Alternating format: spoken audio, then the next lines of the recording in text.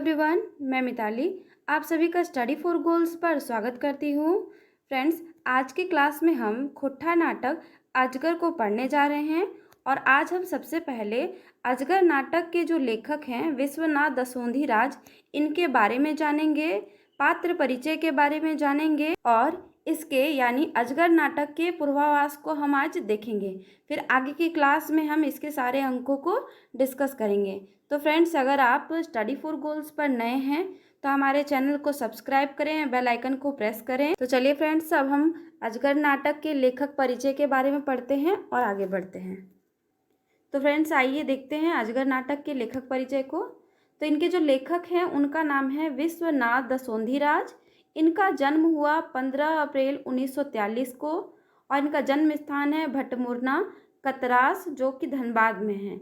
और इनकी शिक्षा कहाँ तक हुई? तो इनकी शिक्षा एमए हिंदी तक इन्होंने की। उसके बाद इन्होंने डिप्लोमा इन एजुकेशन भी किया था, ठीक है। और इनका निधन कब हुआ? तो इनका निधन 16 अक्टूबर 2009 को हुआ है, ठीक है। अब हम बढ़ते हैं आगे। अब इनका पेशा, इनके पिता का नाम, सम्मान, साहित्य सेवा आदि के बारे में भी जानेंगे। तो इनका पेशा क्या था? तो ये जो थे विश्वनाथ दसोंधी राज जी, ये हाई स्कूल शिक्षक थे और इनके पिता का नाम था स्वर्गीय मुखराम दसोंधी, ठीक है। और इन्हें किन चीज़ों से सम्मान किया गया? तो इन्हें खोट्टा साहित्य संस्कृति परिषद बोकारो के तरफ से खोट्टा साहित्य सेवा के लिए 1992 के श्रीनिवास पानोरी स्मृति सम्मान से इन्हें सम्मानित किया गया। और इनकी साहित्यिक सेवा क्या क्या है? तो महाविद्यालय के पढ़ाई के दौरान ही इन्होंने खोट्टा और हिंदी में लिखना शुरू कर दिया था।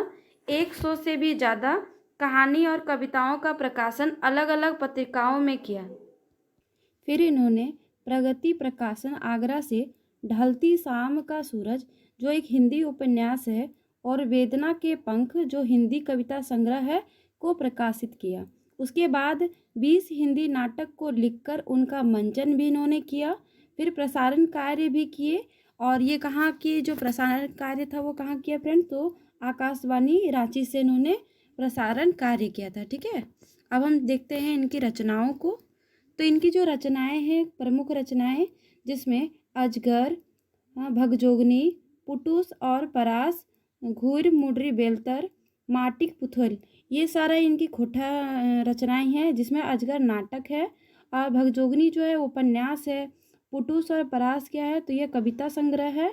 घूर मुडरी बेलतर यह क्या है? तो लघु कथा संग्रह है। और माटी की पुथल ये क्या है? तो यह कहानी संग्रह है। और इनकी हिंदी रचनाओं में है ढलती सांझ का सूरज, जो उपन्यास है। वेदना के पंख, जो कविता संग्रह है।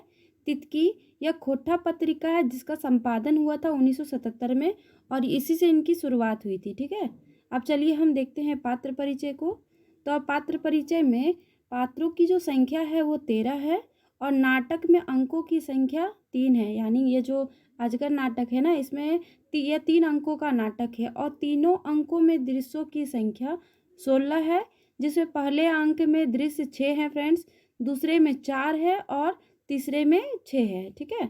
अब हम देखेंगे पात्र परिचय को। ये तो अंकों के बारे में और दृश्यों के बारे में था। इसमें ये जो पात्र हैं, इसमें है एक अघनू लाला, दूसरा मंगरा, शारदा प्रसाद, जालिम सिंह, बाबा भगत, गोबरा, मथुरा, तितरा मांझी, फुलवा, सुगिया और हैं सेवक राम, बितना और बिजली। ये कौन है फ्रेंड? तो इसे भी जानते हैं। ये जो सारे लोग हैं ना, इसमें अगनू लाला कौन है? तो ये गांव का महाजन है। मंगरा है अगनू लाला का बेटा। शारदा प्रसाद है अगनू लाला जो है उसका मुंशी है। जालिम सिंह चरक प्रहरी है, यानी जो थाना है ना उसका थानेदार है। बाबा भगत कौन है? तो गांव के पुजारी हैं। गोबरा, तो ये गांव का अछूत और गरीब किसान है। मथुरा गांव का एक गरीब किसान है।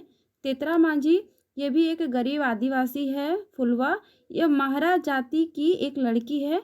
और सुगिया, तो ये कौन है? तो ये गोबरा की पत्नी है। और सेवक राम, ये थाना का सिपाही है। जो थाना का सिपाही है उसी का नाम सेवक राम है।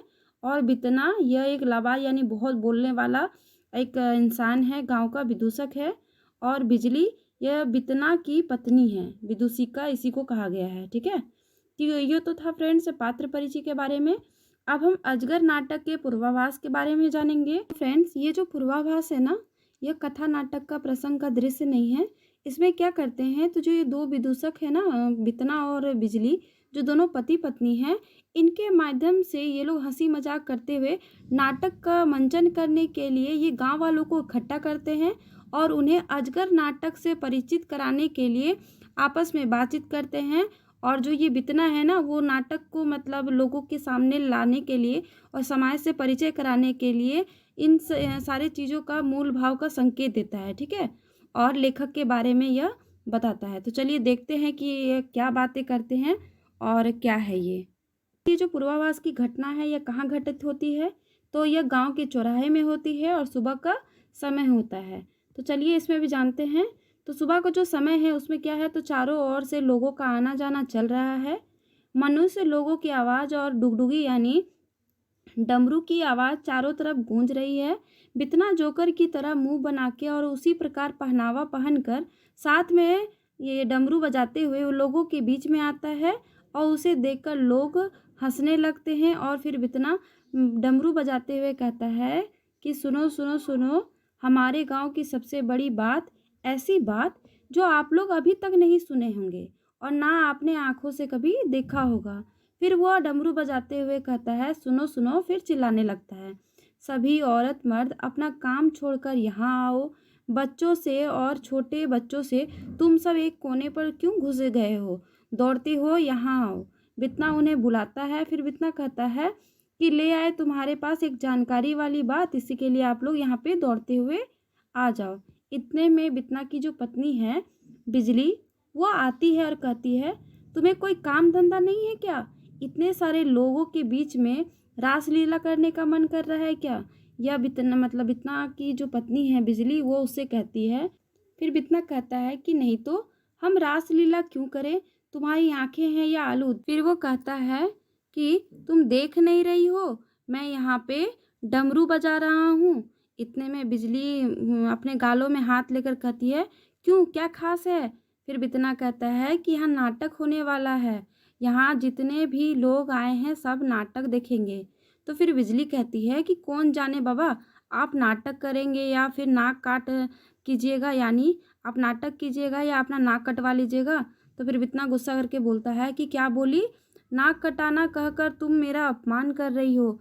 तुम मेरी पत्नी हो या तालाब की घोंघा? ये जो तालाब में पाया जाता है घोंघा, ये अपनी पत्नी को से तुलना करता है। तो फिर बिजली कहती है कि इसमें मेरा क्या दोष है, आज तक तो आप हमारी नाक ही कटाए हैं।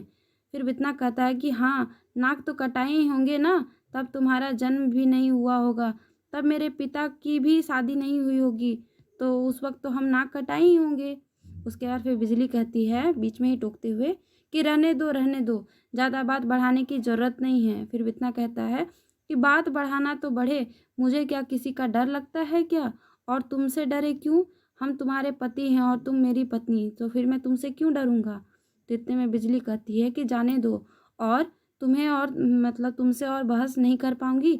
अजगर का अब कहाँ कहाँ नाटक होगा। तो फिर इतना कहता है कि हाँ, अब आई ना रास्ते पर, अभी नाटक होगा और यहाँ सबके सामने होगा।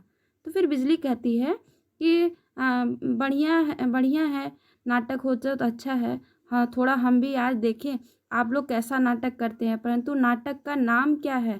तो फिर बितना कहता है कि नाटक का नाम है अजगर। तो बिजली कहती है, बाप रे, इस नाम का नाटक होता भी है क्या? तो बित्ता कहता है, रहता है कि नहीं, तुम देख लो आज इस नाम का नाटक। फिर बिजली कहती है कि पिता की कसम, आज तो मैं देख ही लूँगी, परंतु ये बताइए कि ये जो आपका अजगर नाटक है ना, इसके लेखक का क्या नाम है? तो फिर बितना कहता है, नाम है विश्वनाथ दसोंधी राज, तुम नाम तो सुनी ही होगी। तो बिजली फिर खुशी के साथ कहती है कि हाँ, उनका नाम तो सब जानते हैं, खोटा संसार में, आकाशवाणी और पत्र पत्रिका में उनका लिखा हुआ रचना आज भी मुझे याद है। तो फिर इसके बाद बितना कहता है, ठीक बोली तुम, उनकी रचना है जो खोटा संसार में जगमगा रही है। हमारे समाज में मनुष्य के रूप में बहुत सारे लोग कितने प्रकार प्रकार के अजगर सांप की तरह हैं और इसे अपने नाटक में दिखाना होगा। फिर बिजली कहती है कि मारे माँ, हमारे समाज में मनुष्य के रूप में सांप, पूरे पूरे मनुष्य को निगल जाता है। यानी यहाँ पे बिजली यह कहना चाहती है कि हमारे समाज में जो लोग हैं ना, वो मनुष्यों का शोषण करते हैं और उन पे इतना अत्याचार करते हैं। इसी की वजह से उन लोगों को वो अजगर से तुलना करते हुए कहती है कि हमारे समाज में सांप है जो पूरे पूरे मनुष्य को निगल जाते हैं। तो फिर बितना कहता है कि हाँ, तुम ठीक बोली, शोषण करने के बाद एहसास भी नहीं होता इन लोगों को। यानी ये लोग निगल जाते हैं, सांप जो अजगर सांप है वो लोगों को निकल जाता है, उसके बाद इसे एहसास भी नहीं होता है। तो फिर बिजली कहती कि हाँ माँ, अब समझ आई, गरीब इंसान का खून चूस रहे हैं ये लोग अजगर का रूप धारण करके समाज में बैठे हुए हैं। तो हमारे समाज का विकास किस तरह से हो रहा है ये इनको पता भी नहीं है, और हमारे समाज का विकास भी बहुत धीरे से हो रहा है। तो फिर बितना कहता है कि झारखंड के मनुष्य को जगाने के लिए और इस अजगर से परिचय कराने के लिए यह नाटक लिखे हैं। यानी विश्वनाथ दसोंधी राज जी ने झारखंड के मनुष्यों को जगाने के लिए और जो क्रूर लोग हैं, अत्याचारी लोग हैं, इनसे परिचित कराने के लिए इस नाटक को लिखा है। तो फिर इसके बाद बिजली कहती है कि यहाँ सुनिए जी, जल्दी शुरू कीजिए ये नाटक इसे देखने के लिए मेरा मन अब छटपटा रहा है। तो फिर इतना कहता है कि बढ़िया बात है, और फिर वो डमरू बजाते हुए लोगों को बोलता है, सुनो सुनो, आज का नाटक अजगर है, सभी सुनो और सभी कोई देखिए इस नाटक को। तो फ्रेंड्स, ये तो था आज के नाटक के बारे में। तो फ्रेंड्स, यह तो था आज के नाटक के लेखक परिचय के बारे में, पात्र परिचय के बारे में और अजगर नाटक के पूर्वाभास के बारे में। आगे के क्लास में हम तीनों अंकों से, माने जितने जो 3 अंक है, तीनों अंकों के हिंदी भावार्थ को समझेंगे और उससे संबंधित जो भी कठिन शब्द हैं उसको समझेंगे। और आज का जो क्लास था, इससे भी रिलेटेड जितने भी क्वेश्चंस बन सकेंगे आगे के क्लास में आपको करा दिया जाएगा। तो फ्रेंड्स, चलिए, आपका हमारे साथ बने रहें। Thank you friends, thank you for watching.